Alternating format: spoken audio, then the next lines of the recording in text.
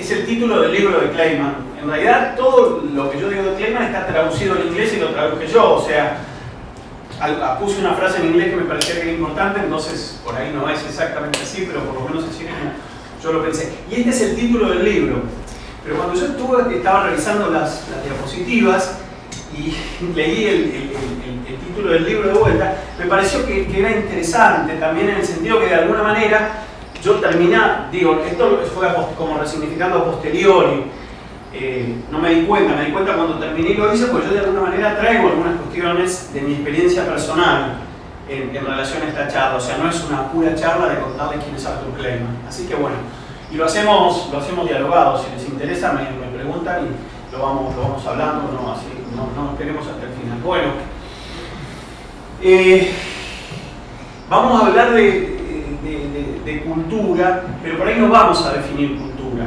O sea, por ahí sería interesante definir cultura, pero yo preferí dejar la definición abierta para que cultura implique o signifique lo que para cada uno quiere decir cultura. Sí voy a plantear un poquito cuál es el marco teórico mío para pensar esta charla y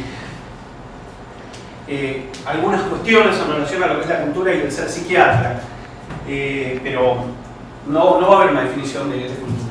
Bueno, cuando yo empecé a trabajar, yo empecé a trabajar en 19... Perdón, nunca te quería decir mi edad. Bueno, empecé a trabajar en 1987 en la Sala de Internación de Psiquiatría del Hospital Italiano. En realidad fue mi primer trabajo, porque primero trabajé en un hospital de día unos meses. Y la que era jefa de la sala en ese momento, pues la doctora Chervinsky, que era una médica psicoanalista bastante mainstream, bastante convencional, como había muchos en esos tiempos, a fines de la década del 80. Lo primero que hice cuando entré a la sala, ella me dio un libro, digamos, tapa amarilla, editorial Amor-Ortu, que se llama el libro Internados. Este es Erving Goffman. Este fue el primer libro, digamos, casi el primer libro de psiquiatría que yo leí, sacando lo que leí en la facu, empezando mi práctica. Y la verdad que fue un libro que a mí me marcó muchísimo, ¿no? Es un libro que un poco, digamos, nunca terminó de estar de moda, nunca se le dio el crédito que se merece a Goffman en Argentina.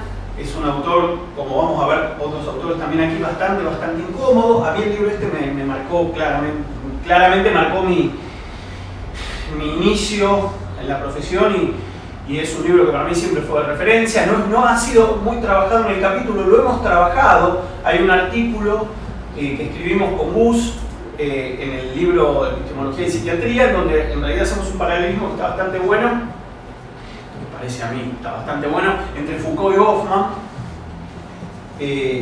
Pero bueno, es muy interesante leer a Goffman, porque Goffman fue un poco usado por las personas que hicieron la ley de salud mental, pero en realidad no entendieron mucho lo que quiere decir. Pero bueno, Goffman habla de muchas cosas, habla de lo que es una institución total. No vamos a entrar en Goffman, era simplemente para traer un recordatorio y comentarles que es una persona que a mí me marcó porque, o sea, lo primero que hace un tipo que es médico, psiquiatra, cuando empieza a trabajar en una sala de psiquiatría es leer un libro de un sociólogo, digamos. De ahí vengo yo. La cosa siguió peor porque me casé con una socióloga, digamos, y hice un posgrado en ciencias sociales, ¿no? En Flaxo Ceres. Bueno, y más o menos como para entender por dónde anduve yo y de dónde vienen un poco estas reflexiones. Entonces, en relación a esta, lo que hay que plantear es el tema, un tema que es bastante complicado, que a mí digamos, o sea, yo no entendía muy bien por qué una psiquiatra me daba un libro de sociología. Bueno, ella se encargó de explicármelo, tenía un carácter un poco complicado, el doctor. Ella hablaba siempre de la diversidad. Ella decía, Danielito, imagínense, hace 30 años de esto, todos los pacientes son distintos. Y esta era una persona, la doctora Chervinsky, era una persona que era muy psicoanalítica inglesa, pero una mujer que tenía inquietudes intelectuales bastante, digamos, bastante amplias, lo que en esa época era más o menos bastante común para los psiquiatras o los psicoanalistas, no como ahora. Entonces, ella siempre hablaba que todos los pacientes, yo me acuerdo como un mantra, hablaba un montón de cosas de las supervisiones que yo nunca entendía nada porque era muy psicoanalítica para mí en ese momento, pero todo el tiempo decía, los pacientes son todos distintos, los pacientes son todos distintos, los pacientes son todos distintos. Bueno, En realidad las personas somos todas distintas. Y eso me quedó. Bueno, este es el marco teórico para mí. Y en general es un modelo de marco teórico que yo tomo para todas las representaciones. Bueno, la señora Susan Sontag, ella falleció y tiene un montón de cosas interesantes. Sontag, bueno, si a alguno le interesa seguramente no, después les comento. Pero hay un reportaje que salió en la revista Rolling Stone, que después salió en forma de librito, que está muy muy bueno, donde a ella le preguntan un poco. Ella escribía de todo, escribía de los Doors, de la cumbia, del cine, de Kant. Entonces ella dijo esto. Y la realidad es que uno se la pasa eligiendo y entonces hace las presentaciones de un determinado lugar. En general esos lugares nos pasa en nuestro capítulo y es una discusión que tengo, digamos, con los fundadores, entre los fundadores, que siempre, bueno, por un lado están todos ellos, que son súper cultos, súper estudiosos, ¿verdad? Por otro lado estoy yo, que voy a escuchar para allá, digamos, ¿no? Entonces siempre como hay la alta cultura y la baja cultura, de alguna manera está planteada en la fundación de nuestro capítulo. Yo sería un representante, obviamente, de la baja cultura, si ustedes quieren, o de la incultura incluso, pero bueno, esta es una idea que a mí me guía en todas mis presentaciones desde hace ya mucho tiempo. Se consigue el libro, está buenísimo, en Eterna Cadencia, solo en Eterna Cadencia o Mercado Libre. ¿Cómo se llama el libro? El libro es el reportaje que hizo no me acuerdo quién a ella, Susan Sontag. Bueno, y entonces un poco la idea, también en relación a toda la cuestión teórica, la idea es no elegir la estridencia ni el llamar la atención, sino elegir realmente el sentido y el contenido. O sea, como yo digo cuando hablo de demencia, en realidad la presentación no va a ir por la autopista del conocimiento, digamos, sino que va a ir por la colectora. Estos son tiempos complicados en donde pareciera que a las personas les interesa más ser conocida, hacer mucho ruido, que pensar. O sea, está como el mundo mucho más para afuera que para adentro. Bueno, en la psiquiatría quizás este señor es el ejemplo más paradigmático de todo esto, porque se va en avión privado, se abraza, manda fotos abrazado al coso, yo lo vi, al busto de Krepelin, y hace ese tipo de cosas, digamos. Entonces es un buen ejemplo. Después vamos a hablar de las figuras de identificación. Este es un muy buen ejemplo a mi entender, así como para no seguir, o por lo menos no es un camino de mucha interioridad, digamos, ¿no? Entonces, clásicamente se decía, y esto lo dije, aquí está, la copa aquí. Mostrarla de vuelta, Julia, así le ve bien la cara. Ahí como pareciera que está vendiendo algo. Habitualmente se dedica a vender, a vender. Y tuvo mucho éxito. ¿Cómo? Y tuvo éxito vendiendo. Le ha ido bárbaro, debería haber vendido alfombras, digamos, o sea, pero lamentablemente no vende alfombras, vende, viste, balcote, me parece, no sé, uno de esos. Sí, Abbott tiene un gusto de en algún lado, sí. Y sí, la verdad que la guita que ganaron, viste, o sea. Es el que introdujo y promocionó el ácido valproico. Por eso, bueno. Entonces, en una época se decía que el psiquiatra era el intelectual de la medicina. Yo sé que este es un mal público para hablar de esto, pero ustedes piensen que hay 300 personas, ustedes y 285 si esta charla fuera en un congreso normal, digamos. Entonces ustedes pónganse a pensar en las otras 285, no piensen en cómo son cada uno de ustedes. No sé, todas estas cuestiones en la década, insisto, esto no es una visión romántica del pasado, porque eso me deprime a mí, por lo menos yo no la hago, el que la quiera hacer está buenísimo. Es más bien una cuestión que tiene que ver con una descripción, como para poder pensar y para poder agudizar las contradicciones de este momento. Me parece que también hay que revisar el pasado, porque no es que el pasado fue maravilloso, porque gracias al pasado estamos como estamos, pero por lo menos es una descripción de algunas cuestiones que pasaban antes, puestas en tensión con algunas cuestiones que están pasando ahora, mientras les paso algún aviso de Arthur Kleinman. Sería más o menos así la charla. Entonces, bueno, todas estas cuestiones tenían algún sentido en los lejanos 80, fines del 80, comienzos de los 90, digamos. Entonces, uno veía que los psiquiatras hacían muchas de estas cosas, iban a los cineclubs en ese momento, hacían viajes interesantes, aprendían francés para leer a Lacan o alemán para leer a Freud, bueno, eran amigos de, qué sé yo, de artistas, directores de cine. Hoy uno ve que aprenden inglés para ir a Estados Unidos, que son amigos de los visitadores médicos, entonces entra un visitador médico y van todos corriendo atrás dándole besos y ese tipo de cuestiones. Ya no hay más cine, en realidad sí hay algunos cineclub, pero nadie nunca va a saber un psiquiatra, la verdad que no. Yo voy bastante y me jacto de conocerlos, y conozco a muchos, nunca veo a ninguno. Entonces hay como todo un cambio en relación a esto, y ahora lo vamos a ver un poquito más. Yo ya lo he hablado en privado con algunos de ustedes, esto del intelectual de la medicina. Entonces, despacito. Esto, ¿qué les parece? Fácil. Un gorila. ¿Aquí sigue? Esto es Manuel, vos que te gustan los animales. ¿La que sigue? Búfalo también. Bien. ¿Esta? Palma. ¿Qué tienen en común estas 4 especies? Mamífero. Dale. ¿La que sigue? Bueno, no, esto es... Es la gran bestia pop. Claro. Entonces, este modelo, digamos, bueno, están especies en peligro de extinción. Si nosotros nos podemos pensar, por ejemplo, en la formación de él, en lo que él representa, en cómo él es, digamos, él no dice que es psicoanalista, él dice que es psiquiatra. Digamos, yo no digo que soy psicoanalista, yo digo que soy psiquiatra psicodinámico. Entonces, a mí me parece que el psiquiatra representado por Norberg, por ejemplo, o si ustedes quieren, el psiquiatra representado por mí, el psiquiatra psicodinámico representado por mí, está en peligro de extinción, o sea, está desapareciendo, está tendiendo a la entropía, está cerca del cero. Entonces uno dice, ¿por qué? Bueno, revisamos un poco cómo se forman hoy las personas más jóvenes, suponete. Flaxo Ciencias Sociales, la única persona que conozco que piensa ir ahí es el pobre Hernán, digamos. Seguimos. Eol, de acá, bueno, ahí hay alguno más, Dieguito, qué sé yo, hay algunos más interesados en estas cuestiones. Bueno, Apeva está difícil, parece que el edificio lo quieren alquilar o no pueden sostener económicamente, está súper complicado. Bueno, la APA, no sé si han ido últimamente. Hay olor a humedad. Claro, está re deprimente. Hay un representante aquí, Sí, coordinador sí. del departamento de psicosis, Sí, cuando sí, quieran sí, estar sí, invitados, han estado. Ha habido una charla el mes pasado que fue espectacular. Pero igual hay olor a humedad, nos hacemos cargo. Igual, y está buenísimo que hayas venido para discutir estas cuestiones. Bueno, DBT, que sería, no me acordaba el lugar, si se llama ejemplo, prisma, sintaxis, que es el lugar que tiene Pablo Gagliesi. Foro, por eso. Bueno, ¿qué hay ahí?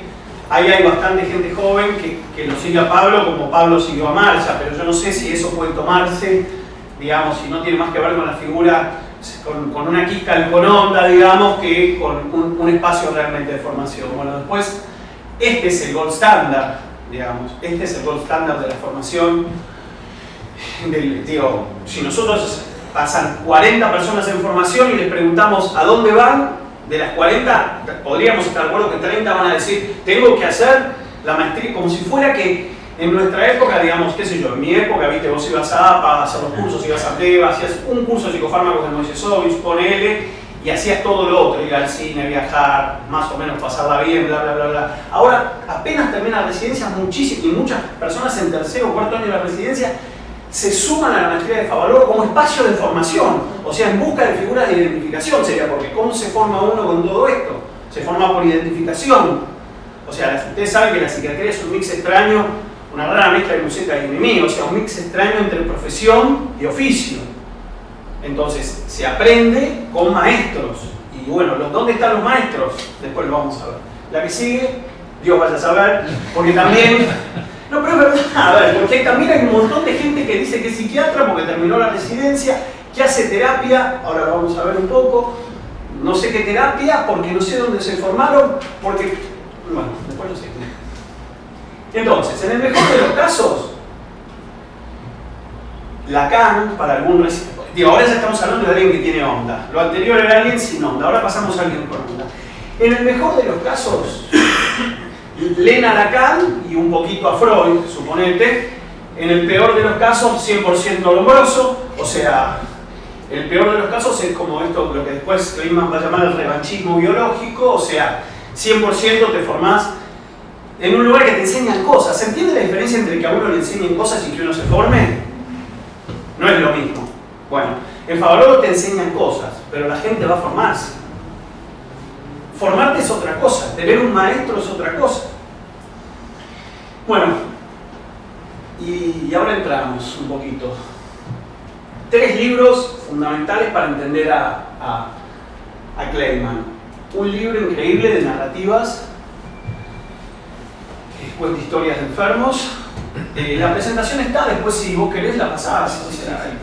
Bueno, el libro que les decía que escribió con Joan Clayman y bueno, con Byron Wood. Byron Wood es como, ¿cómo decirles? Es como el Gardel de la antropología y la sociología de las historias de pacientes. Las historias de Byron Wood, yo no sé si han leído, yo tuve la suerte de leerlo, eso sí está en castellano, tuve la suerte de leerlo en Flaxon cuando hice la formación. Es realmente muy, muy interesante. Por ejemplo, te cuento una historia en 60 páginas de un señor que le duele la muela, otra de una persona que tiene una neuralgia del trigemino. O sea, él ha estudiado muchas las vidas con dolor. La verdad que es muy, muy interesante.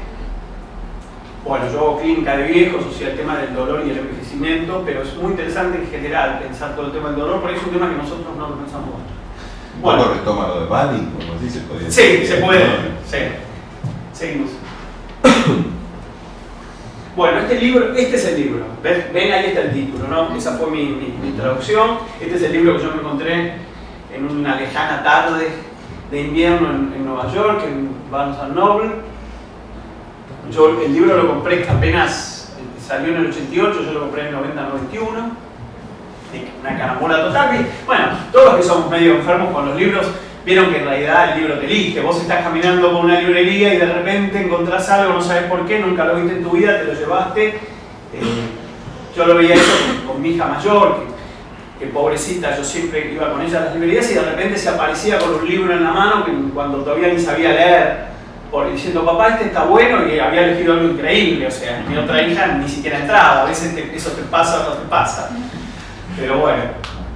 Entonces, estos serían los datos biográficos más o menos significativos. Por ahí, 3 cosas. Esto de haber vivido y trabajado tanto, habla chino perfecto. Es el director, creo que sigue siendo, de estudios culturales en la Universidad de Harvard, y tiene la doble formación. O sea, el pibe es médico y es psiquiatra, y por otro lado es antropólogo. Entonces eso a mí me parece que lo hace más interesante, porque una cosa es un antropólogo que te venga a dar life lessons, y otra cosa es una persona que aparte de ser antropólogo tenga reportes de la primera línea de combate, de la trinchera. Él hoy no es clínico, un poco como Rafa. Hoy Rafa no trabaja de psiquiatra, digamos, trabaja de historiador, pero de alguna manera la formación de él y de dónde él viene a él lo habilita a decir cosas que por lo menos para mí están muchísimo más cerca de mi sensibilidad que muchas cosas que leo de las ciencias sociales puras y duras. Entonces me parece que estos autores de cruce son los que a nosotros nos pueden llegar a interesar más, o son los que pueden estar más cerca de nuestra sensibilidad. O nosotros también somos personas que estamos en algún tipo de cruce, porque la psiquiatría, como bueno, soy psiquiatra, ¿qué es eso? ¿Qué leo? Entonces, o sea, uno es psiquiatra, algunos leen psicoanálisis, otros leemos sociología, otros leemos novela americana, otros leen, bueno, entonces esto de ser de cruce me parece que es un concepto interesante. ¿Sí? Bueno, estos son los títulos de la traducción mía de los capítulos del libro, ¿no? Y me parece que, no se los voy a leer, pero me parece que si les dan una rápida mirada, están súper actualizados, o sea, tienen mucho que ver con varias de las discusiones que nosotros tenemos en el capítulo, y por lo menos tiene bastante que ver con las cosas que nosotros discutimos en la sala de internación de psiquiatría del hospital italiano. O sea, cuando vemos a los pacientes, cuando pensamos a los pacientes, cuando los pacientes se internan, digo, Hernán no me deja mentir, nosotros tratamos de poner en valor, Manuel tampoco, bueno, Manuel ya terminó, tratamos de poner en valor estas preguntas en lo que es la formación de los residentes en nuestro hospital, con mayor o menor éxito, en realidad con bastante pobre éxito, pero digamos, como dice Emilio, en todo caso, fracasar con estilo. Pero bueno, estos son los capítulos, yo creo que tienen aplicación clínica, cada uno de ellos, o por lo menos tienen, digamos, el sentido de poder ser pensados en clave clínica. Los que están en rojo son los que por ahí tomé más para esto que estoy contándoles. Pero bueno, los que no, este es fundamental, el de los valores personales, digamos, cómo juega lo que yo hago, lo que yo soy en lo que yo hago, es un capítulo que es uno de los que más me gustó a mí. El de las diferentes culturas cuenta la historia de un paciente chino que él atendió y cómo si ese paciente sería o no sería paciente en la cultura occidental. Quiero decir, es súper, la verdad que es un buen libro para llevarse en el verano. Y van a venir con un montón de ideas, por lo menos. Tomando esto, me acuerdo de un ejemplo de personas en la guardia que vino una paciente china con el traductor desde la mañana, haciendo la semiología, pregúntele si está triste. Y la enfermera traductora me dice, hay 7 palabras para triste, ¿cuál uso? Bueno, pero esto, a ver, es como un baño de humildad, digo, mañana de baño de humildad epistemológica, digamos, ¿no?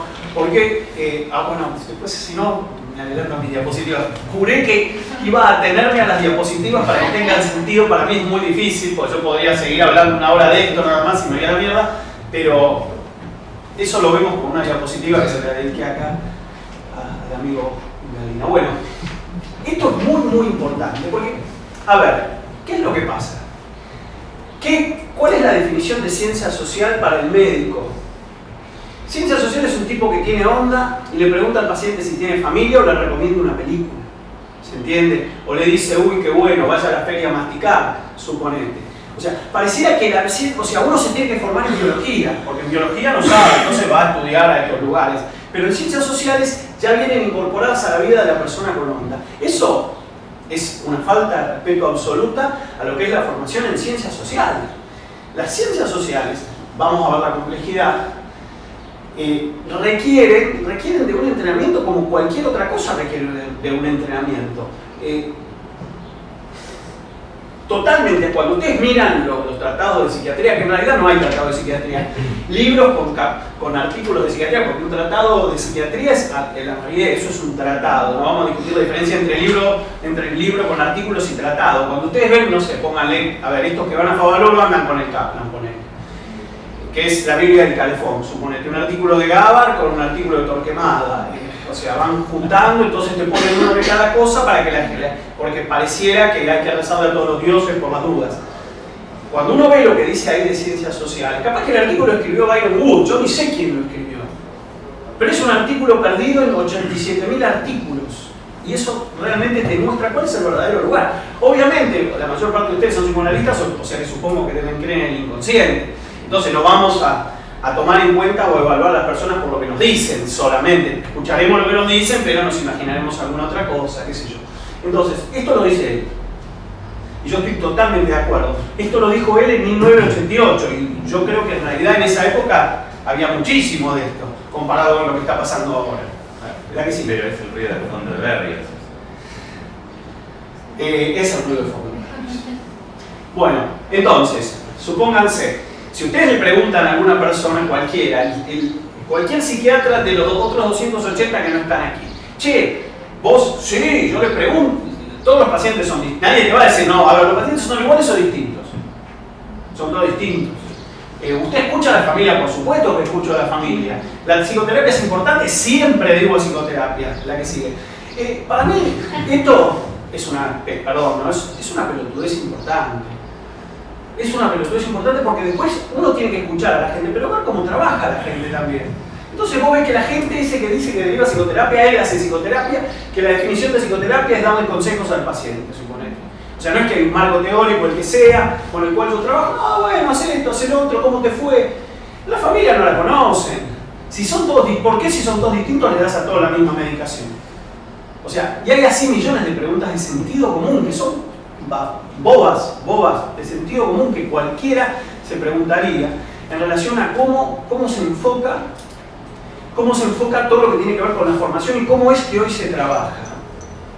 Esto no es que no pasaba antes pasaba también y cada vez empezó a pasar más, por eso ahora estamos como estamos. Pero en algún tiempo las cosas fueron un poco diferentes, no digo ni mejor ni peor, fueron distintas, ¿la que sí? Él tiene una explicación, él tiene un concepto que es el del revanchismo biológico y a través del revanchismo biológico él dice que hay como una recuperación, creo que es la que sigue, hay como una recuperación de la medicina, hay como una recuperación de parte de la medicina de esta cuestión de la piedra filosofal, o sea, una medicación que te cura. Entonces, el péndulo él dice que él habla de un péndulo del conocimiento que va por un lado, que va para el otro, y que ahora el péndulo está yendo para el lado de la biologización. Él no hablaba en ese momento del neocrepelinismo, eso vino después, pero sí hablaba de revanchismo biológico y de la biologización de la especialidad.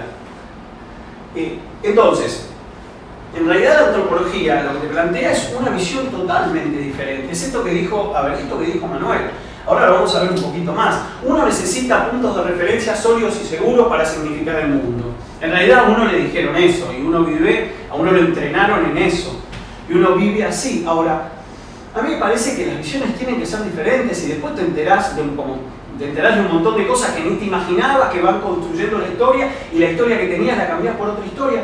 Pero si uno cree que hay una sola historia y trabaja para esa historia, está en problemas. Entonces yo a veces cuando doy las charlas, y cada vez me llaman menos, evidentemente, pero cuando doy las charlas y hablo de estas cosas y veo personas que tienen 20 o 30 años menos que yo ya, que se manejan con una certeza, y yo digo, wow, ¿cómo puede ser?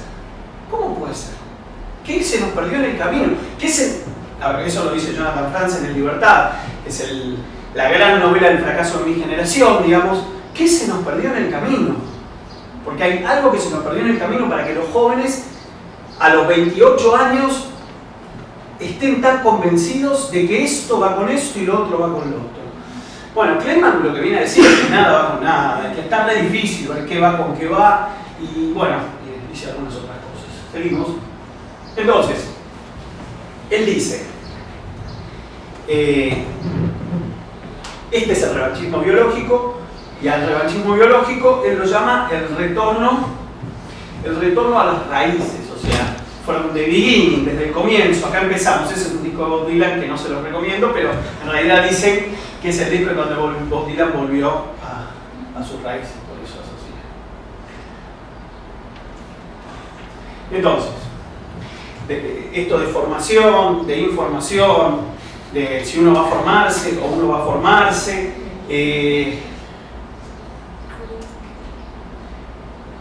estamos asistiendo. Ustedes fueron, insisto, yo les recomiendo, vamos a hacer así, voy a hablar vamos a cambiar la consigna para el Congreso de APSA nuevo. No vamos a ir a nuestras mesas, vayan a otras mesas, a escuchar las discusiones que se producen en las otras mesas. ¿Ustedes escucharon las discusiones? ¿O una supervisión de un paciente? Bueno, yo tengo 73 pacientes que les di trombopolol, por ejemplo. Otro levanta la mano y dice, bueno, yo leí un estudio de Frunfen y Stromberling en Canadá, donde a estos que le dan trombopolol les agregaban gofio. Y se ve que andan mejor, dice otro y anota. Yo digo, ¿pero qué es esto? ¿Qué es esto? De vuelta, ¿qué se me perdió en el camino? Y no estoy exagerando, Está bien, habrán 30 chicos que habrán ido allá, están los chicos que van al PEF, están ustedes y está el resto del mundo. Entonces vos decís, no, bueno, si los esquimales duermen sin frazada porque el IGRU. Entonces hicimos un experimento en Villa del Parque de que la gente duerma sin frazada y se vio que la depresión disminuye en 2 puntos en la escala de Strombergson. Y la gente mueve la cabeza y anota escala de Strombergson. Y viene otro que te pone una cosa así con una flecha roja para acá y otra para acá y te dice la evidencia. Es la palabra mágica, la evidencia. Y vos ves, y todos mueven la cabeza. Yo siempre tengo ganas de decir, a ver, vos que movés la cabeza, explícame el gráfico, hijo de puta. ¿Qué yo soy un subnormal que no entiende nada. No, podríamos ir vestidos de Batman también. ¿No? Ponele. Nadie quiere ser Robert. No, por eso. Pero bueno, entonces, ¿qué clínica es la clínica? Y obvio que te van a decir que no, porque todos son clínicos. Todo el mundo dice que es clínico. Nadie te va a decir, no, sí, ¿sabes qué? Me chupo un huevo a la familia, yo doy pastillas, soy amigo del visitador de Alopax, y yo, si 50 andan bien con esto, les doy a todos lo mismo. Bueno, nadie lo dice. Una clínica pensada desde la epidemiología. Todo esto es lo que dice Kleiman en este libro, digamos, ¿no? Seguimos. Lo más paradigmático es la apertura de los congresos más importantes a nivel nacional de psiquiatría por un neurólogo, Manes. Manes abre los congresos de psiquiatría y a nadie le hace Como decíamos con... sentido. Sí, sí. Es lo que se viene, te dicen entonces. El otro día justo salíamos de una supervisión en el Moyano. Eso es bueno, esa es una frase que me encanta, lo que se viene, como si uno está ahí paradito y se viene, como que uno no hubiera nada que ver, totalmente, lo que se viene. Bueno, en filosofía invitaron a Darío no sé cuánto. Está en Fraiburg. Podrían haberse esforzado un poquito. Bueno, pero Darío, a ver, No, yo lo conozco a Darío. se pasó al lado oscuro, ¿viste? ¿Y No. qué va a hacer? Yo lo banco un poco, ¿viste? Pero Un hay poco. otros. Yo tengo una relación con él, es para discutir, pero bueno, yo lo prefiero a Darío y no a Manes, suponete. Pero Darío es, no digo el Manes de la filosofía, pero ahí le andan. Sí, está bien, ponele. Es el Sí. piña. O sea que está bien, Manes con Darío. ¿Cómo? Está El piña de la buenísimo. historia. El que populariza sin basamento, sin. Te salvaste que no está Juan Carlos, te lo digo para que sepas, porque en un congreso estuvieron Piña y Juan Carlos según cómo lo agarres, por ahí te lo va a sostener un poco y te va a dar una explicación de que está bueno eso, y si lo agarras en un día mejor, te diría que no. No sé, pero la conferencia que dio en APSA estuvo bastante bien la vez pasada. O sea, ¿Quién? ¿La de Darío? Darío, Ah, No, a ver, Darío, ella es filósofa. Darío para la gilada, en Gardel, convengamos que APSA es la gilada. Nosotros no somos Entonces, académicos, por ahí viste, hablamos. ahora si vos lo llevas a Darío a hablar con gente que entiende y se le ve enseguida, a ver, me parece que lo que está diciendo ella es eso, seguro, enseguida se le ve la postura.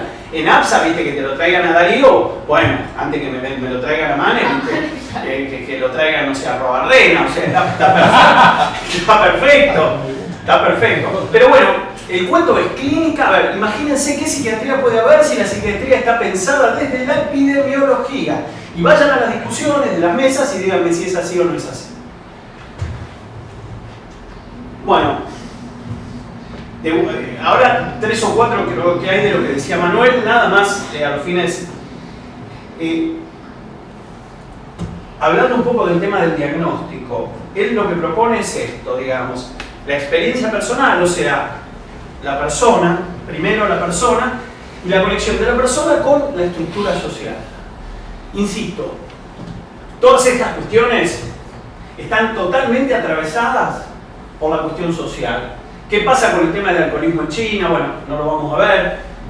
El tema de las alucinaciones, después le voy a dedicar una diapositiva. Y bueno, ¿qué pasa con la esquizofrenia en las sociedades más tecnologizadas o en las sociedades menos tecnologizadas? Entonces, cuando uno ve que las supuestas enfermedades que no tienen nada que ver con el contexto están totalmente atravesadas por el contexto, y peor, cuando uno ve que el psiquiatra que les atiende no le da ninguna bola al contexto,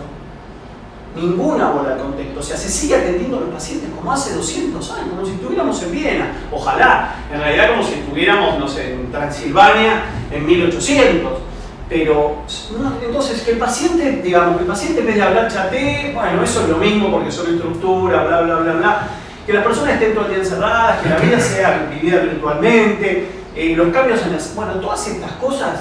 ¿Quién se entrega? Sí, no, yo, la gente te dice, no, bueno, claro, sí, los genes, los identidades migrantes, bla, bla, bla.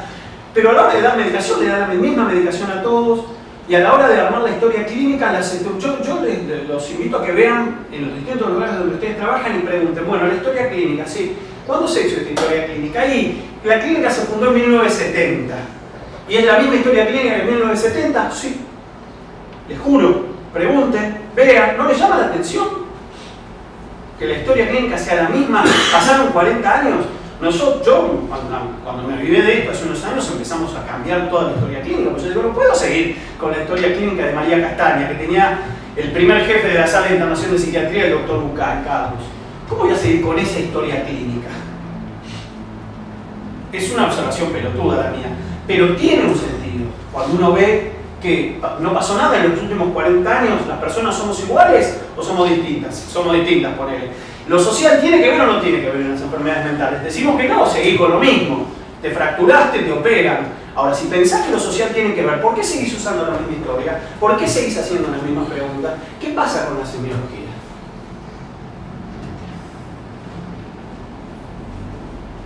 Obviamente, respuesta ninguna. Esta la dejé en inglés, porque esta tiene que ver con lo que yo les decía.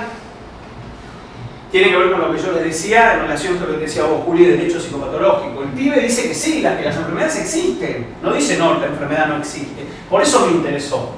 Digamos, o sea, él no reniega de su identidad. pero habla de lo simbólico, del sentido simbólico, habla de la experiencia, habla del soporte biológico, bueno, él vio todo a su manera. Decí lo que quiera, yo igual no contesto. No, y pero qué se dale. diferencia de Berrios esto, por ejemplo, que también plantea una psiquiatría híbrida donde tiene toda una base biológica con el agregado de lo cultural. No leí tanto a Berrios, o sea que no te puedo decir. Bueno, pero estaría dentro de esta misma postura, como lo que está diciendo acá. No lo sé, no habla, él no hace una propuesta de un determinado modelo de psiquiatría. Él lo que dice, él lo único que trata es que las personas abran, digamos, las compuertas de la experiencia y se abran hacia lo diverso y hacia lo diferente y tengan en cuenta el mundo que los rodea. Eso como una propuesta mucho más básica y mucho menos pretenciosa, te diría, desde mi lectura, la que yo puedo entender. Sí. Parecería que acá no hay una propuesta de orden etiopatogénico. No, para nada. Sí, podemos mencionar. Para mí no, por lo menos yo no la vi. Por lo menos yo no la vi, por eso a mí me interesó, porque el tipo lo deja totalmente abierto. El tipo dice, denle bola a esto y tengan en cuenta esta cuestión de la diversidad. Hasta ahí llega él, no sé, quizás hay que leerlo más en detalle. Yo no leí todos los 3 libros estos, yo leí uno entero, otro semientero y otro leí algunos capítulos, o sea que tampoco te puedo decir, mira, la propuesta definitiva de él es, pero se puede pensar. Sí, pero además me parece que lo físico y lo simbólico tienen como un valor, digamos, equivalente. Exacto. Y en Berrios, lo cultural es el ruido de fondo que molesta el señal neurobiológico. Nada Yo más. no estoy de acuerdo con esa lectura de verdad. Pero lo dice explícitamente él, No, digo. yo leí Él lo- lo él mismo cuando- que leíste vos y leí otra cosa. Pero, a ver, De a mí, hecho, igual que, a ver, creo que Diego, yo no por defenderlo, ¿vos estuviste cuando estuvimos acá que éramos 8? Cuando vino Berrios, Sí. él dijo esto. Sí, sí, lo vi. Él, así, Sí, vos sos Berrios, yo soy Matusevich, ponele. Y el pibe estaba Juan Carlos, Norberto, Santiago, Emilio, Diego y yo. Planteó ahí bien claro que el objetivo de todo su trabajo, que él de alguna manera decía que no había fracasado porque no tenía discípulos que habían trabajado, que no había logrado armar un grupo de discípulos que trabajen con los objetivos que él quería, que era básicamente ir como quitando ese ruido de fondo para poder, con las neuroimágenes y con las nuevas tecnologías, lograr encontrar esa... Sí, también eso es parte de, yo estoy de acuerdo, que es parte de su proyecto de reducción de lo semántico a lo biológico. Pero él dice un montón de cosas más. Él se embarca en ese proyecto, dentro de su gran proyecto, él se embarca en la búsqueda de ese lenguaje, de esa cuantificación. Pero todo lo otro que dice es justamente lo que hay que explotar. Yo hice una lectura similar a la de Andrés. Él, de hecho, señala también ciertos síntomas mentales en el que ese ruido, ese calor primordial que él llama donde está lo cultural no aparece, dice los neologismos, es la señal biológica de su manifestación, las estereotipias también. Y habla de muchos síntomas en los que eso ni siquiera aparece, le da como un carácter, sí, como la experiencia. Hay una película, por ahí son muy jóvenes, es una película de Woody Allen que se llama Dos extraños amantes, ¿no? Y él está en la cola del cine, Sí. creo que con Diane Keaton. McLuhan, que venga McLuhan. Claro, entonces, en la fila de adelante, en la adelante, bueno, en esos cineclub que nadie va, ¿viste? Y adelante de él había un tipo hablando de una mina, diciendo sí, porque Marshall McLuhan dijo que nos tenemos que vestir todo, bla, bla, bla. Y él le dice a la mina, este tipo habla cualquier cosa, no sabe lo que está diciendo. Y de repente le dice al señor de adelante, perdóneme, usted está hablando cualquier cosa, ¿cómo me dice eso? ¿Cómo le digo eso? Hace así, viene McLuhan, aparece y le dice, usted está diciendo cualquier cosa, tiene razón el señor, digamos, ¿no? Bueno, sería genial que lo pudiéramos convocar al hombre para que dijera lo que realmente quiso decir. Bueno. Claro, El- perdón, claro. retomando esto último, habría que hacer una nueva relectura quizás de Berrios para discutir esto, pero lo que nos quedó claro cuando vino la vez pasada es que él estaba como muy obsesionado con el tema de trabajar con neuroimágenes, con la parte biológica. Obsesionado es la palabra. Obsesionado es la palabra. Sí, sí. Estaba como súper enganchado con esa parte. De hecho, bueno, yo estuve en la mesa, ¿se acuerdan? Estuve en la mesa con él, la mesa esa que después nos quedamos charlando, qué sé yo. Bueno, ¿qué es el diagnóstico? A mí me encantó esto. Un diagnóstico es una interpretación, nada más alejado de lo que del mundo actual, digamos, donde la estandarización, la evidencia. Él habla del diagnóstico como interpretación. Y bueno, el chiste que no es un chiste, tiene que ver con, bueno, esto lo podemos pensar desde millones de lugares, un poco lo que decíamos cuando dimos con Manuel la charla de Anguille y hecho psicopatológico, esto de diferenciar la locura, digamos, de la vida de la gente, que la vida de la gente se arregle, versus lo que son las enfermedades donde ahí uno está llamado a intervenir, bla, bla, bla, y bueno, un montón de gente lo dijo desde diferentes miradas. Sí. Bueno, más para la polémica. A mí me parece que esto, independientemente de por ahí la mirada más fina que hacen ustedes, y me parece que está bueno que haya gente que la haga, yo creo que es básico. O sea, mi presentación es como soy yo, básica. Significado personal, ¿qué te pasa? Contame lo que te está pasando. ¿Cuál es la experiencia tuya? Vos que estás enfermo, a ver, ¿dónde está eso? ¿Cuál es la parte de la historia clínica donde uno dice, bueno, significado personal de la experiencia de estar enfermo? ¿Dónde está? Ustedes en las historias que tienen en los distintos lugares hay un apartado donde la persona cuenta cómo sufrió, cuánto hace que lo tiene, cómo significa su vida a través de la enfermedad. Bueno, él viene a traer eso. Él viene a traer eso, el diseño cultural de la enfermedad. Es lo mismo que te pase eso si vivís en New York, que si vivís en Alaska, que si vivís en santos lugares, qué sé yo, preguntas que yo no escucho mucho. Bueno.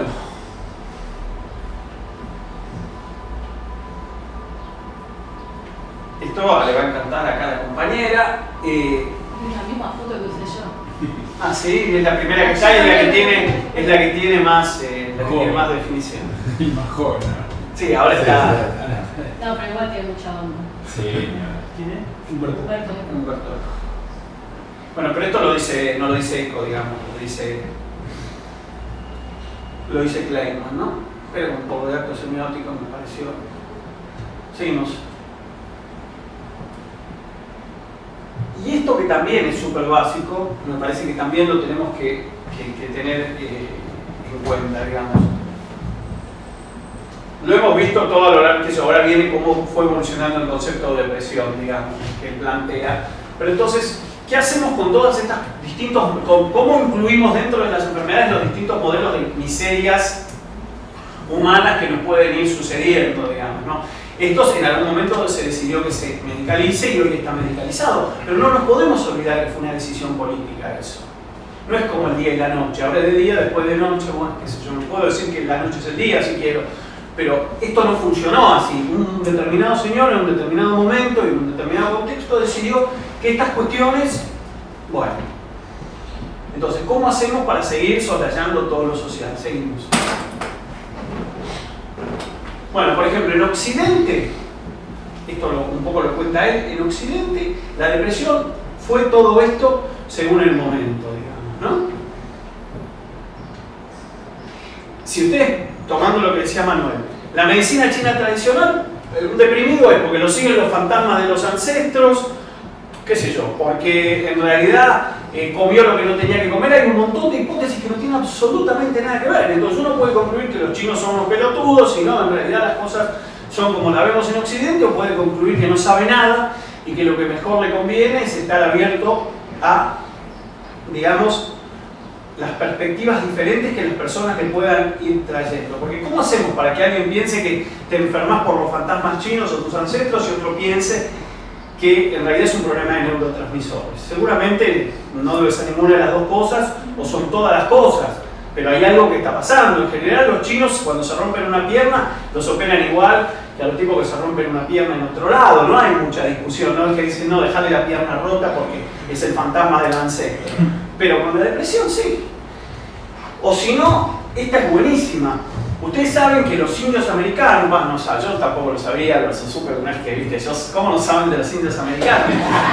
No, está mal dicho, ustedes saben, como Juan Carlos que siempre dice, habrán escuchado la famosa polémica entre tal y tal en 1908 y todos le mueven la cabeza porque nadie se anima a decirle la verdad que no tengo la más puta idea. Bueno, los indios americanos, después que atraviesan un duelo, ponele, y durante meses y años tienen alucinaciones de la persona que se murió.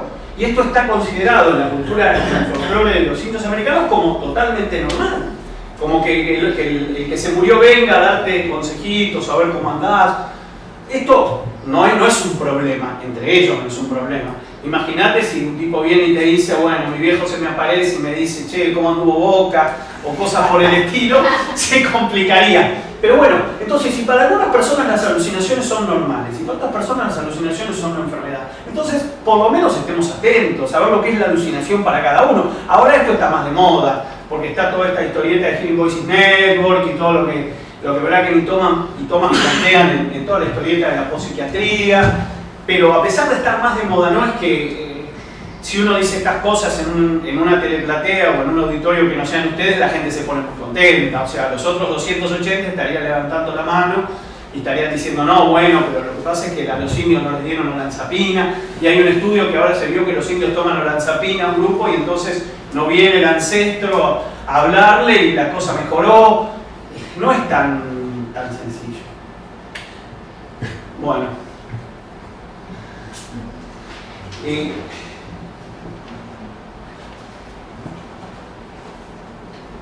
Bueno, cuando él habla de las categorías y de los diagnósticos, habla de esto. Y a mí me parece que esto uno lo tiene que retener en cuenta. En el capítulo lo han trabajado diferentes personas a lo largo del tiempo, típicamente Juan Carlos, más modernamente Norberto, más modernamente Santi, en algún momento Norberto y yo también escribimos bastante de esto. Desarrollo histórico, influencia cultural y negociación política. Cuando uno ve cómo se enseña, por ejemplo, el capítulo, por ahí sos vos, no sé, el capítulo de clasificaciones psiquiátricas de APSA, por ejemplo, cuando uno va al capítulo de clasificaciones psiquiátricas es muy interesante, porque ellos estudian las clasificaciones como si fueran hechos dados de la naturaleza. ¿Se entiende? No es que tienen una mirada así. A mí me llamó la atención, bueno, hay toda una explicación más política que no tiene nada que ver, pero quiero decir, uno dice, bueno, la gente que estudia clasificaciones son personas con onda, epistemólogos, sociólogos, antropólogos. No, son personas que se aprenden el DSM y dicen, no, pero en el DSM-4 el trastorno por piripipí tenía 7 criterios y en el DSM-5 tiene 19 y empiezan a discutir por qué 4 y por qué 19. Yo digo, Dios mío. Esto, con tener en cuenta esto, cuando uno piensa las clasificaciones, ya se te amplía el panorama de una manera hasta el infinito y más allá. Esto él lo decía en el 88. Bueno, y él habla de algo que llama sensibilidad antropológica, de la cual los psiquiatras carecemos en nuestra amplia mayoría, porque los psiquiatras son muy como, pareciera que están diciendo todo el tiempo, si uno va a las charlas, digamos, no la de los speakers, porque vieron que las charlas de los speakers, yo el otro día tuve que escuchar a uno, entonces, diapositiva 3 un chiste, diapositiva 7 cuento una historia mía para levantar un poco la teleplatea, termino con un chiste y con un gracias, bueno, patético. Pero en general las charlas de los psiquiatras son súper solemnes, y este tipo, cuando uno lee el libro de él, ve que es lo menos solemne que hay, es lo más, me sale en inglés, es lo más sencillo que hay, es lo más, bueno, con una amplitud total, y él le propone al psiquiatra que capture algo de lo que él llama sensibilidad antropológica. Que la sensibilidad antropológica tiene que ver con todas estas condiciones que yo creo que para... Humanidad. ¿Podés llamarlo humanidad? Podés llamarlo humanidad, sí. 100%. Que la verdad que está, cuando uno ve cómo los psiquiatras, no voy a hablar de los jóvenes, cuando uno ve las guardias, las historias de pacientes, realmente uno tendría que sentarse afuera de las guardias para preguntarle a la gente cuando sale, estaría bueno ese trabajo, ¿cómo lo atendieron? ¿Cómo la pasó? ¿Lo trataron bien? ¿No lo trataron bien? ¿Cuánto digamos, de ironía, de humor, de paradoja, de afecto hubo en la interacción, ¿viste?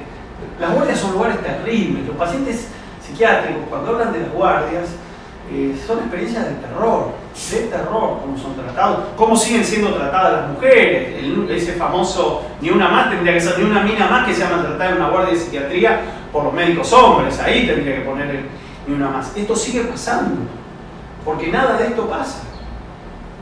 Porque sí, se sigue de alguna manera tratando al paciente, que es un enfermo. Cuando se escucha cómo hablan de los pacientes, este hijo de puta volvió de vuelta, y este viene a hincharme las pelotas, y yo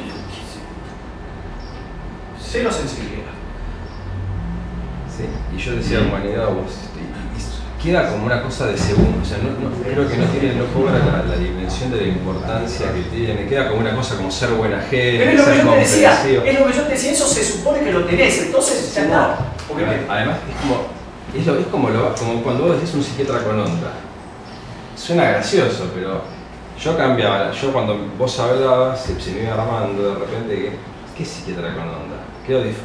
Para mí es pensamiento crítico eso, a lo que vos, o sea, una persona con pensamiento crítico con respecto a su sociedad, a su cultura, una persona que se interesa por el arte, porque quiere conocer lo distinto, porque viaja. No me parece que, o sea, además cuando vos lo ponés a esa otra versión del psiquiatra que toma como una ley lo que viene de arriba, lo que viene, ¿no? Que hacer la psiquiatría de esa manera es muy sencillo. Cuando no se cuestiona ni un poquito lo social o la cultura en la que uno está inmerso, hacer psiquiatría es muy sencillo. Lo que es patológico es todo lo que no se parece a lo normal en el más llano de los sentidos y en el más... Ahora vienen las 12 que faltan, o 10, son todas de lo que vos estás diciendo. Por eso no te digo nada, porque me tengo que atener a mi presentación. O fíjate, pero todo lo que vos decís... Es que vos venís tirándote abajo, lo mío es lo básico, pero lo básico es lo más importante, me parece, en este caso. Es una estrategia, no me tiro abajo. Está bien.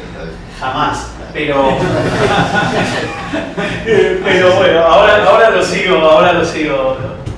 Bueno, caíste. Entonces, ¿dónde estamos parados? Entre la evidencia y los valores. Él toma esto, que después también es un tema que yo trabajé bastante. Por eso digo, muchas de las cuestiones que aparecieron aquí yo las fui retomando a través de estos 30 años que yo trabajé bastante en relación al tema de la psiquiatría nazi. ¿Cómo puede alguien en psiquiatría, para mí, ¿no?, hablar de evidencia, y cómo hoy puede ser el gold standard de la evidencia cuando existió la psiquiatría nazi, que era una pura cuestión de valores y que en su momento se decía que era evidencia? A ver, porque los psiquiatras nazis, ¿dónde publicaban? No publicaban en el diario del partido, publicaban en el American Journal de Psiquiatría, y esto no lo digo yo, el archivo me protege, lo googlean. Entonces, ¿de qué evidencia me estás hablando? Hablame de valores. ¿Cuáles son los valores? Por eso, esto que decíamos, ¿qué es lo que le pasa a la persona, al psiquiatra? Esta es una que tiene que ver con ese capítulo que yo mencioné. ¿Cómo juegan mis valores en las intervenciones que yo hago? Que tiene que ver con lo que vos acabas de decir, pero por favor no soslayemos la cuestión de los valores propios de uno a la hora. ¿De qué evidencia me están hablando? Y vos ves que se insiste con la evidencia, y la evidencia puede tener algunas cuestiones interesantes para discutir, que yo no soy el experto número uno en evidencia, he leído un poco, pero me parece que ahí hay un proyecto político muy claro en la cuestión de la evidencia, que tiene que ver con justamente soslayar los valores. Entonces, el punto máximo de la evidencia, ¿cuál fue? Para mí, las experiencias de los psiquiatras nazis con los judíos, los gitanos, y los rumanos y toda la pobre gente que esta gente investigó para, bueno, entonces guarda con la evidencia, hay que estar súper de moda. ¿Qué sigue, Juli? Dale. Y ahí sí, vamos a lo tuyo. A la anterior. ¿Alguien quería decir algo? El tema de los valores, no sé, yo nunca leí nada de psiquiatría basada en valores, pero a mí mucho no me cierra porque los valores quedan como algo muy subjetivo. También los valores son muy caprichosos. Obvio, pero las personas somos muy caprichosas. Sí, no, pero justamente retomando lo que dice Mariano, el pensamiento crítico, se supone que uno tiene que dar cuenta de sus valores frente a una comunidad para tener una práctica que más o menos pueda justificar. Porque si no, también es el mismo mamarracho, o te agarrás de la evidencia o sos un mamarracho de los valores. A mí, yo no sé si yo lo llamaría mamarracho de los valores. No, Juan Carlos, no, pero te cuento, me parece interesante el tema. Todos saben, o la mayoría sabe, que nosotros tuvimos un problema legal muy jodido el año pasado en relación a un tema de una paciente internada en la sala de psiquiatría, una paciente psicótica de muchos años, una amiga de Diego, la paciente. Familiar, ¿sabes? Claro. Ojo, no sé. ¿Cómo estás? No, por favor. Ahí me parece que dale. Acá hay bueno, nada, el cuento es largo. La cosa es que estuvimos procesados penalmente, hubo que hacer una pericia. Y bueno, nuestro perito obviamente fue Juan Carlos. Y la idea un poco es mandar, digo, la verdad que la pericia de Juan Carlos es para publicarla, y bueno, me parece que en algún momento la vamos a publicar, porque él, bueno, hizo muchas cosas como él siempre hace, pero hizo una cosa que yo creo que es muy muy importante, y me parece que de alguna manera la hizo un poco para sentar jurisprudencia y para plantar, digamos, la pica en Flandes, y que a partir de ahí se empiecen a pensar las cosas. Él en ningún momento defiende lo que nosotros habíamos hecho. Como parte de esta cuestión política fue no defenderlo. Él de lo que habla es de la libertad que tiene que tener la persona que atiende al paciente, la libertad que tiene que tener la persona que atiende al paciente para poder tomar la mejor decisión. Y que nadie se puede poner en el lugar de la persona que está frente al paciente, porque el que está frente al paciente es la persona que está frente al paciente. Por supuesto que lo que él dice, tomando en cuenta lo que vos decís del mamarracho, es que la persona tiene que estar de alguna manera inmersa en la comunidad científica a la cual pertenece. Eso es un básico, digamos. Si el tipo dice, bueno, lo que hay que hacer es baño con agua de aligún en la luna, digamos, eso no es la libertad, sino que está cucurucho la persona, peor que como está el paciente. Pero me parece que este ejercicio de defensa de la libertad, de la persona frente a su paciente, cuando esa persona puede dar cuenta que lo que hizo, lo hizo desde un lugar, digamos, X, pero que dentro de esa comunidad, de ese lugar, existe, a mí me parece fundamental, y yo creo que tiene que ver con los valores. Yo creo que tiene que ver con la libertad que tenemos que poder tener para trabajar, porque ya termino. Porque hoy por hoy pareciera que todos tenemos que hablar el mismo esperanto diagnosticador, como yo planteé en un trabajo hace muchos años, todos tenemos que decir lo mismo, todos tenemos que ser iguales, porque de hecho es bastante así. No sé. Bueno, pero los valores justificados, no los valores... Sí, igual a mí me complica hablar de valores justificados, porque enseguida me surge justificados para quién. Por Para eso la yo prefiero, pero si sos un outsider, pero sos un outsider que está dentro si del sos sistema... un outsider, también tenés que justificar por qué querés un cambio Te entiendo perfectamente. La palabra justificación a mí me complica, si no, pero te entiendo. La palabra justificación a mí me complica, porque me parece que tenés que rendir cuenta. Lo del cínico está bueno, pero me parece que es como rendir cuenta, lo de justificar, y yo no sé si uno tiene que rendir cuenta a un otro que no sea su paciente. Eventualmente. Sí, respecto de evidencia, quizás yo tengo una visión, no sé, ingenua respecto de este tema de la evidencia o algo así, pero me parecía que justamente parte del contenido de este tema de la evidencia tiene que ver con proteger, ¿no?, digamos, cierta metodología científica. A lo mejor el asunto es, porque por ejemplo vos decías, habría que preguntarle a los pacientes cómo se sintieron atendidos en la guardia. Yo creo que eso podría llegar a contribuir a un cierto cuerpo de evidencia, como para después decir, bueno, hay algo a corregir, hay algo a modificar, etc. Porque si no, me parece que queda, bueno, en este servicio se hace lo que dice el jefe de servicio, que es Dios. Entonces, la evidencia, digamos, en alguna manera le pone un límite a la eminencia. Está perfecto. O, digamos, la evidencia es, bueno, esto se hace porque lo dijo Dios, o está en la Biblia, o está en tal capítulo de Lacano de Freud. Entonces me parece como que evidencia también se la puede ver benévolamente. Cero ingenuo lo que vos decís, cuando uno lee lo que la gente... Obviamente que también se puede fabricar para mandarnos al corte. Por eso te digo, cuando uno lee lo que plantea la gente de McMaster en Canadá, está planteando un poco lo que decís vos. Todo esto es para proteger. Pero inevitablemente cuando se construye evidencia, de lo que se habla, es como que la evidencia fuera algo que está ahí y uno va y esto es así. Cuando en realidad es toda una negociación política de por qué es así, por qué no es así, ¿se entiende? Y yo no veo que haya una discusión de esa negociación política para entender cómo se construyó esa evidencia. Porque no se habla de construcción de la evidencia, se habla de hacer ensayos científicos 100% neopositivistas para determinar qué es lo mejor. Entonces, una vez que se determinó qué es lo mejor, nadie puede hacer otra cosa. Y lo que yo pienso es que la ciencia avanza en base a grandes ensayos en donde entonces, bueno, tenemos que tomar en cuenta la cuestión epidemiológica, tenemos que hacer diseños de ciencias duras para algo que para mí tiene que ser totalmente capturado por las ciencias blandas. Este es el problema. Porque para mí, si yo estoy hablando de narraciones de la enfermedad y que las historias se basan en narraciones, por eso a mí me complica pensar la evidencia como la piensan ellos y con esto que vos decís. Que para mí, realmente ahí atrás hay un proyecto político, que es la pérdida de la libertad del que enfrenta al paciente y de alguna manera también la pérdida de la libertad del paciente. Que si le pasa algo que no está en el libro, quiere decir que no le está pasando. No le puede pasar algo que esté por fuera de los manuales. ¿Cómo es? No, pensando esto, yo creo que, para traducirlo por ahí en clave epistemológica, el tema es que en salud mental no es un lugar monoparadigmático. Siempre tenemos múltiples paradigmas y el problema está cuando uno se aliena a ese paradigma, sea la evidencia, o sea, lo que dice Lacan es lo que dice Lacan, y si un paciente no entra ahí, no, está mal. Yo creo que la clave esta de la elección es no saber con qué paradigmas va funcionando en cada momento y en cada intervención. No haciendo un cocoliche, pero sabiendo que teniendo la libertad para elegir eso y que no tiene que alienarse a la evidencia, que no tiene que alienarse a tal discurso, sino uno pensar en el paciente. Sí, yo creo que igual lo que vos planteás es importante también por esto, digamos, vos decías, un jefe, el autoritarismo. Yo creo que hay un montón de trampas en el camino, digamos. No es que la narración es el camino, el Good Yellow Brick Road, ¿viste?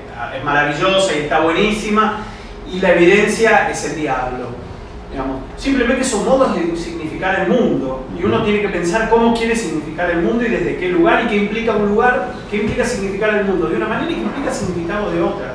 Pero me parece que tiene que ser consecuente.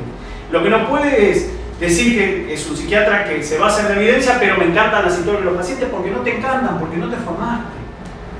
Porque ahora viene todo lo que sigue para complejizar y terminamos. Esto que vos decías es re importante, porque él ya lo decía, yo tomo lo que vos empezaste a decir, él ya lo decía en el, no se ve la foto, una lástima, él ya lo decía en el 88, que hay como un fenómeno muy extraño, digamos. Él dice el puente se rompió, porque él dice que la psiquiatría siempre fue el puente entre la medicina y las ciencias sociales. Y ahora el puente entre la medicina y las ciencias sociales es la medicina de familia o la pediatría, que cada vez es más narrativa. Mientras que la psiquiatría cada vez es más biologista. Esto él lo junta con lo del revanchismo biológico. Entonces él se pregunta qué está pasando. Y hay un montón de preguntas que uno se puede hacer. Digamos, en mi época vos tenías que había cualquier cantidad de judíos que seguían psiquiatría, por ejemplo, porque era la especialidad intelectual. Hoy por hoy todas las personas judías están en medicina de familia. Hoy por hoy, si vos ves un traumatólogo, y no digo ustedes de vuelta, un traumatólogo residente de traumatología y residente de psiquiatría, ¿vos te das cuenta de la diferencia? ¿Vos te das cuenta? No. Decir que no. En mi época no había manera de confundirlos, porque hasta por cómo estaban metidos te dabas cuenta. Ahora, los traumatólogos y los psiquiatras tienen la misma formación. O sea, yo me pregunto, ¿por qué esta? O sea, una de las preguntas, me han visto caminar por los pasillos diciendo, ¿por qué esta persona siguió psiquiatría? Y sigo caminando solo por los pasillos del hospital. ¿Por qué ahora ha seguido psiquiatría?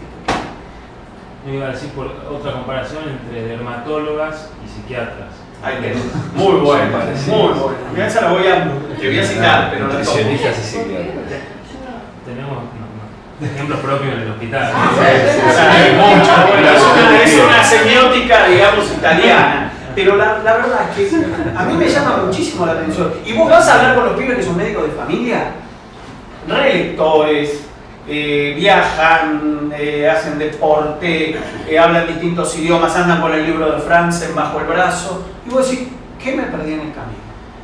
¿Qué se perdió en nuestra especialidad? Algo de nuestra especialidad se perdió en el camino para que todos estos chicos que hace 20 años estarían aquí escuchándonos, hoy estén atendiendo gente en todos los lugares donde la medicina de familia atiende gente, o atendiendo chicos con la pediatría, y todos los traumatólogos estén haciendo psiquiatría. Tiene que ver con el revanchismo biológico, tiene que ver con qué tiene que ver. Digo, esta pregunta no ha sido respondida en la psiquiatría porteña en los últimos 20 o 25 años. Esto es lo que yo vengo viendo, esto es lo que yo empecé a escribir en uno de los dossiers, esto es lo que a mí me gustaría investigar si tengo tiempo, porque para mí es un gran tema. Vos decís que, hablando en serio, vos decís que no son iguales.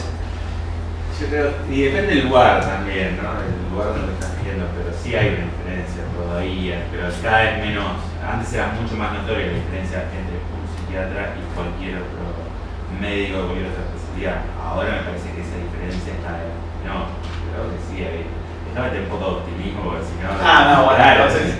porque quiere ser optimista. No califica. Seguimos. Bueno, y entonces, siguiendo, digo, iba a seguir con lo que vos planteas, Mariano, hasta, digo, vamos a seguir tirando la piola hasta el final. Una de las cosas que dice Kleinman, por eso digo, Kleinman vio bastante de todo lo que habla de los modelos. Y él dice que hay muchísimos modelos que tienen que ver con lo biológico, hay muchísimos modelos que tienen que ver con lo biológico. Yo digo modelos y no maestros, porque para mí hablar de maestro o hablar de formación es otra cosa. No es lo mismo un modelo, un tipo que hace una determinada cuestión, que un maestro. O sea, la palabra maestro se utiliza con bastante levedad en la posmodernidad tardía, yo no. Él dice que hay muchos más modelos que tienen que ver con Aquiscal y los Aquiscal vernáculos, o los que quisieran ser Aquiscal, ya sea por su tamaño corporal o ya sea por su relación con la industria, ya sea por todo eso, que, digamos, modelos que puedan pensar las cosas desde un lugar, desde un multilugar, con la multiteoría, con una apertura de experiencia y toda esta cuestión. Dice que no es fácil encontrar, bueno, de hecho él es antropólogo y es psiquiatra y es una rara ave, digamos, ¿no? Entonces, me parece que las figuras de identificación, como que son los que después pueden ser maestros y los que va mucho más allá de lo que es un maestro, digamos, va mucho más allá de lo que es un modelo, dice que son bastante difíciles de encontrar. 1988. Hay muchos líderes de opinión líder de opinión, totalmente. No dije líder de opinión, que lo retenía. Bueno, ¿qué quiere ser? Líder de opinión. Entonces vos vamos a escuchar a Carlitos Fifi, todo el mundo. Entonces vos ves que van como los japoneses en los museos, todos en el congreso. ¿A dónde van a escuchar a Carlitos que va a presentar la Forolona? Y vos decís, que viene uno, viste, que le garparon para hacer eso, y te hace toda una diapositiva, viste, la corbata bien puesta, y te hace toda unas diapositivas que vos decís, vendedores de autos, hermano. ¿Cómo terminaste como un vendedor de autos? ¿Qué te pasó? ¿Qué me perdí en el camino? ¿Qué le pasó? Está bien, ¿qué hace falta que alguien venda autos? Porque aquí, está bien, uno compra un auto. Pero yo en realidad no entiendo qué pasó. Entonces, bueno, ese es un maestro. El pibe que es un speaker de un laboratorio, un líder de opinión, es un maestro. Bueno, fíjense ustedes. A esto lo conocen a todos. A Sullivan, seguro, quizás no. ¿Leyeron la entrevista psiquiátrica alguno? Vos, claro. Los más. Bueno, gran libro la entrevista psiquiátrica. Está en castellano, ¿eh? Se consigue en Mercado Libre, yo lo tengo, Juli. Si querés, te lo presto.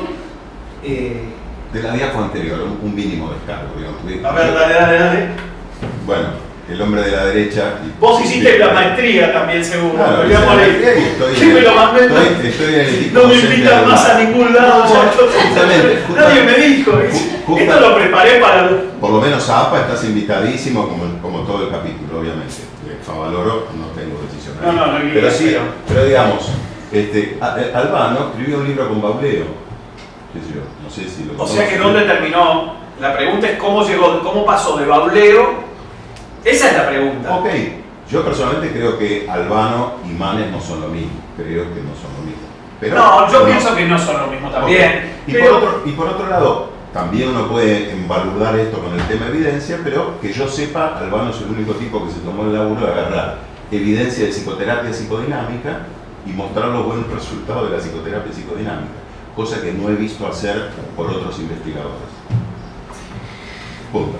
No, a ver, yo podría, podría seguir tirando la piola, digamos, a decir, a ver, cuando yo lo escuché a Nemerov, siempre cuento la misma historia. Una de las veces que lo escuché a Nemerov, el tipo habló 1 hora. Los primeros 15 minutos se pasó hablando de lo social, lo filosófico y lo antropológico. Okay. Y después, los otros 45 minutos pasó 7.800 diapositivas de la neurona. Entonces, nadie, a ver, yo creo que existe algo, no digo que sea el caso, pero te digo desde dónde lo pienso. Sí. Existe algo que se llama la corrección política, por ejemplo, que es lo que yo no tengo, sí, por eso estoy acá y no estoy, ¿viste? Siempre cito a la familia, siempre mando a psicoterapia, qué sé yo. Entonces, lo digo para cumplir, después hago otra cosa. Claro, y por supuesto que la psicoterapia, porque nadie, a ver, todas estas personas son muy piolas, no son boludos. O sea, un líder de opinión es un tipo que sabe para dónde sopla el viento, que sabe lo que le conviene, es un tipo que está negociando todo el tiempo. Yo no conozco a ningún gerente de nada, la conozco a Julia, a Dieguito, voy a comer con Hernán. O sea, son gente que están reunidos con tipos que tienen sueldos importantísimos y que manejan,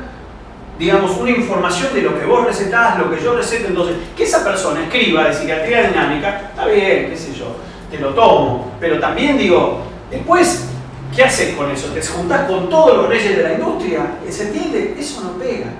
Es raro. Cualquiera puede hacer cualquier cosa. Pero yo trato de que mis alumnos no compren pescado podrido. Yo no compro pescado podrido. Yo pago la consecuencia de ser como soy. La pago re gustoso. Re gustoso. Y digo lo que quiero porque no tengo conflictos de intereses con nadie, porque vivo de mi laburo. Pero se entiende lo que digo, esas cosas existen, pero para mí tienen mucho que ver con la corrección política, que hoy las personas no dicen lo que realmente piensan, y justamente una de las cosas que pasa es que no hay discusiones. Antes ibas al coloquio de Bonneval y se agarraban la caña arriba y se agarraban a los tiros, y estaba buenísimo. ¿Quién discute con quién hoy? Nadie discute con nadie. ¿Dónde están las discusiones? Si las charlas son lo que decíamos antes. Entonces yo lo que quiero es que vuelvan las discusiones. Yo me sentaría a discutir con el que sea, con buena onda, y a decir lo que pienso y que me digan a mí lo que quieran.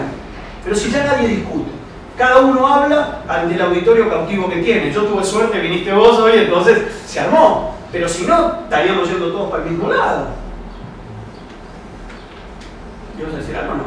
No, me había quedado pensando antes que todo lo que venimos viendo y que este señor Clayman me hizo acordar a Lefebvre cuando escribió el marxismo, después de que es un tipo esperanzado y que habla de la heterogenicidad y demás, y él hace eso, habla de una mirada heterogénea del paciente y demás, y lo escribió en 1988 y se perdió el giro de la globalización, que no fue para la heterogenicidad, sino fue para la homogeneidad. Exactamente. Entonces me parece que digamos, lo que este hombre, previo a la caída, claro, este hombre, justo, previo a lo que el mundo caminara para siempre. Es como Henry Lefebvre, que el tipo ve la revolución rusa y dice, ya está, murió el capitalismo, está el comunismo, se implantó, viene la revolución global. Este tipo me parece que hace lo mismo y dice, bueno, estamos en boga de un mundo heterogéneo, donde el paciente es individuo. Y donde está bueno que el indio tenga alucinaciones. Claro, y me parece que lo que se perdió fue que fue una homogeneidad a la formación de, digamos, de clasificaciones donde, bueno, todo el que alucina es esquizofrénico, todo el que está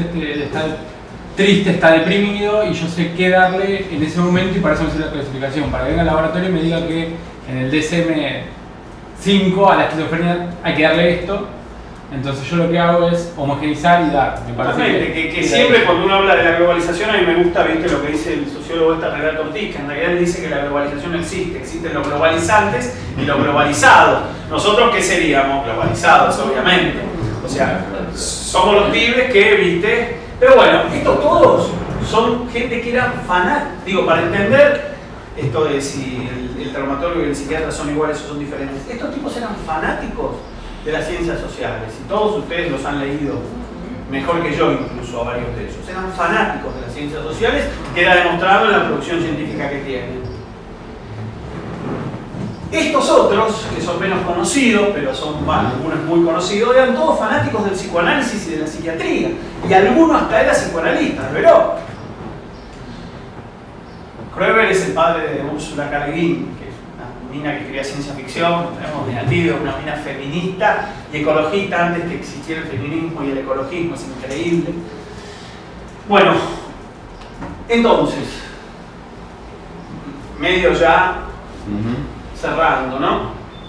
Esto es lo que yo digo. Esto es lo que dice él, no lo digo yo. Este es el tema. Ya está, basta, ¿viste? El revanchismo biológico, ya somos parte. A ver, ganemos guita como ganan los médicos, que nos saluden en los hospitales, ¿viste? Seamos aceptados, terminemos de peregrinar por el desierto, ya llegamos. Me parece que con estas cosas que uno trae no vamos a llegar nunca. De la otra manera uno tiene la fantasía que llegó y pareciera que todo tiene que cerrar. Parecería que a todo hay que cortarlo, medirlo y pesarlo. Y bueno. Entonces él dice, ay, no se ve esa foto, bueno, no importa. Él dice que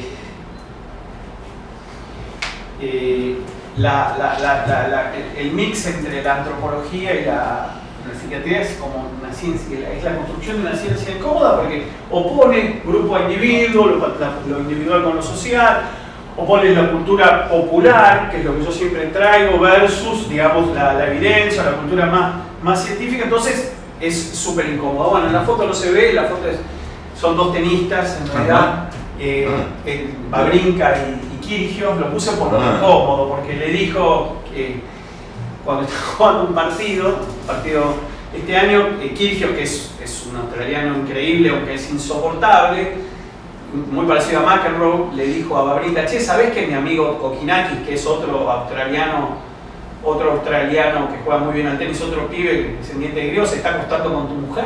Le dijo eso cuando fue a buscar la pelota, digamos, y entonces se armó toda una situación incómoda. Aparentemente Wawrinka lo cagó a trompadas en el vestuario, después, bueno, la dimensión ética, digamos. Ponele.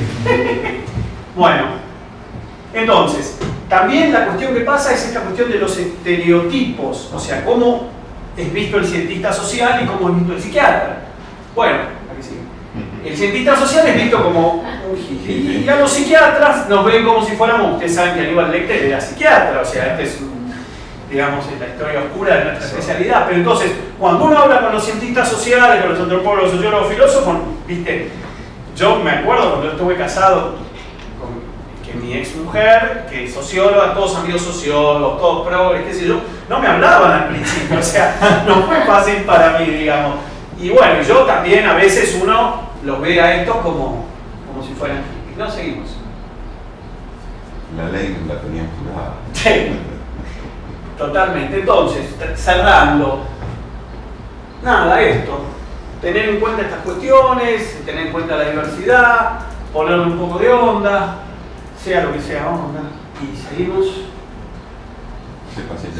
Y aquí me parece que esto es una otra, esta es la última, son como dos mini reflexiones. Yo lo que he visto es que la gente se queja y habla mal de los pacientes. Y a mí me pasa encontrarme pensando, diciendo, ¿por qué vos, que sos un cero a la izquierda, que sos cero interesante, querés atender pacientes interesantes?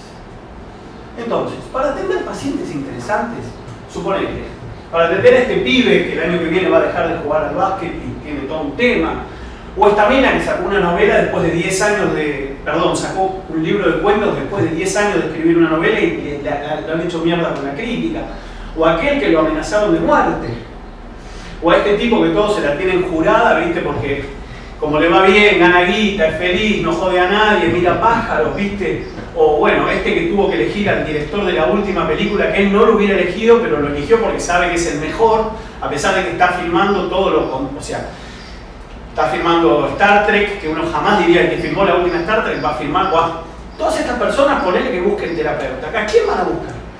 ¿Lo van a buscar a este que hizo lo de la psicodinámica? ¿O van a buscar a una persona interesante? Entonces, ¿por qué si yo no soy interesante quiero que la gente interesante me venga a ver? Ni en pedo me va a venir a ver la gente interesante. Entonces, lo mejor que uno puede hacer es transformarse en una persona interesante. Transformarse en una persona interesante tiene que ver con esto de abrir el campo de la percepción, de formarse, de todo lo que dijiste, viajar, que esto, que lo otro, que aquello. Y yo voy ampliando mi mundo y quizás si lo amplío puede venir alguna de estas personas. Si no, no van a venir. Y fíjense a dónde hemos llegado, la que sigue, que estamos tan mal, para mí, aunque vos digas que no, que las mejores, ¿quién escribe las mejores historias de pacientes que hayan leído en los últimos 15 años? Este señor, bueno, en realidad no él. No. Digamos, a quien él representa en esta película. Digamos, o sea, el personaje que está llevando adelante Bill Murray en esta película es Oliver Sacks. Alex St. Clair es como, no lo digo yo, lo dice Wes Anderson. Uno se daba cuenta, pero después Wes Anderson lo dijo. Bueno, una persona que no es ni psiquiatra, que es neurólogo, que es médico, que acaba de morir, escribió las mejores historias de pacientes. Entonces, ¿cómo puede ser que los psiquiatras, que no haya un psiquiatra que haya escrito las mejores historias de pacientes? Algo nos está pasando. En realidad yo vengo a traerles este malestar en qué es lo que está pasando para que nosotros lo repensemos. Pero si hay un neurólogo que ha escrito las mejores historias de pacientes y no es un psiquiatra en los últimos 50 años, quiere decir que tenemos un problema. Así que bueno, más o menos este es el cuento. Son 11:05. Bueno, estamos un poco pasados por el tiempo. Gracias, Daniel, por si puedo.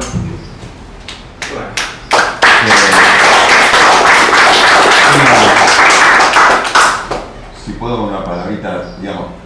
una propuesta china. Posiblemente conocen entonces nos va a gustar. el libro de Gregorio Berman, La salud mental en China. Sí. Gregorio Berman viajó. Sí, bueno, de izquierda, una persona interesantísima. Y bueno, y eso, digamos, hablando de los tiempos, las épocas, los momentos. Qué buen libro ese para revisar. Bueno, por eso hago este comentario, si quieren la propuesta por ahí, no sé, cómo organizar la revisión de eso.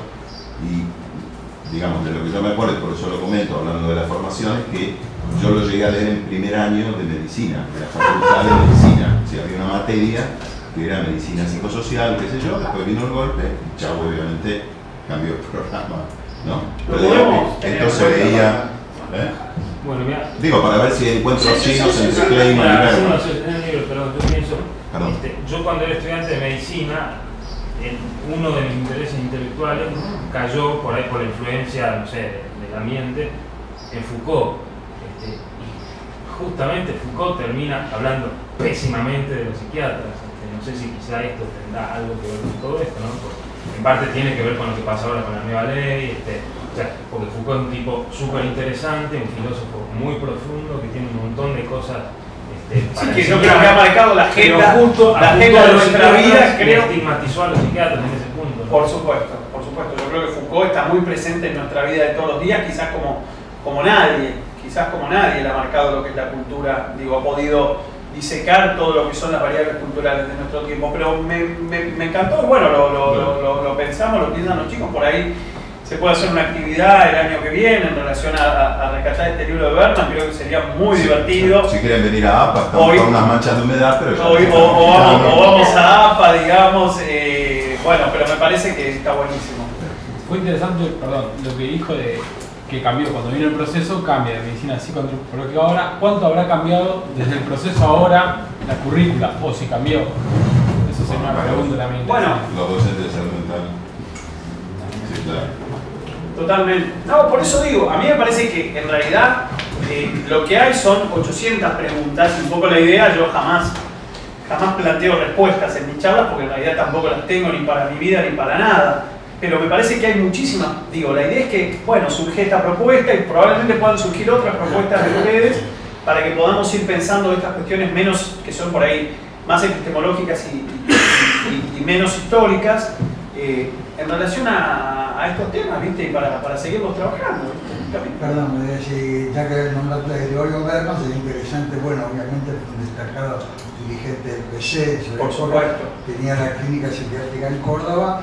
Mi primer jefe de psiquiatría había trabajado con Gregorio Berman, por lo cual da una idea de la que tengo. Y él tenía una clínica psiquiátrica en Córdoba y tenía un cupo de pacientes a los que atendía gratis. No, por eso digo, tiempos, la verdad que las cosas eran muy diferentes. Ni bien ni mal, pero me parece que me quedé con lo del libro de Berman, está buenísimo. No se me había ocurrido, pero totalmente. Buenísimo. Bueno.